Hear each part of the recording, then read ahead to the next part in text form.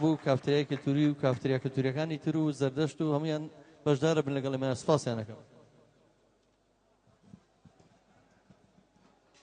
سڵاوتان لێبێ، سڵاو لە ڕۆحی پاکی شەهیدان، سڵاو لە پێشمەرگە قارەمانەکان.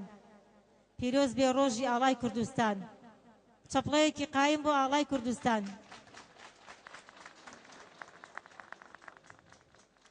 پێشمەرگە، پێشمەرگەی نیشتیمانی من ئاسۆی ڕوونە، خۆ دەتاوە، هەورە تاریکەکان دەبڕێت و لە خاکا تیشکەداتەوە. پێشمەرگەی نیشتیمانی من ئەستێرەکانی سەرکەوتن ئەنەخشێنێ. پێشمەرگەی نیشتیمانی من جڵەوی ئەسپی سەرکێشە، بەرزی ناوی شەهیدانە، ڕۆڵەی ئەنفال و کیمیایی و جینۆسایدی کوردستانە.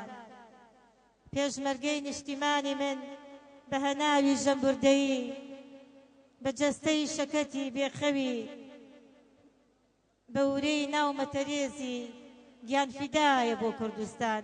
لە ئێوە جوانە سەرکەوتن ئەی پێشمەرگە، ئەی خۆشەویستانی نیشتیمان. پێشمەرگەی نیشتیمانی من لە عیشقی خاکی شیرینی گیانە بەخشن، سەربەرزن و بە هەڵمەتن بۆ پێشکەوتن. زۆر سپاس. سەڵات داودا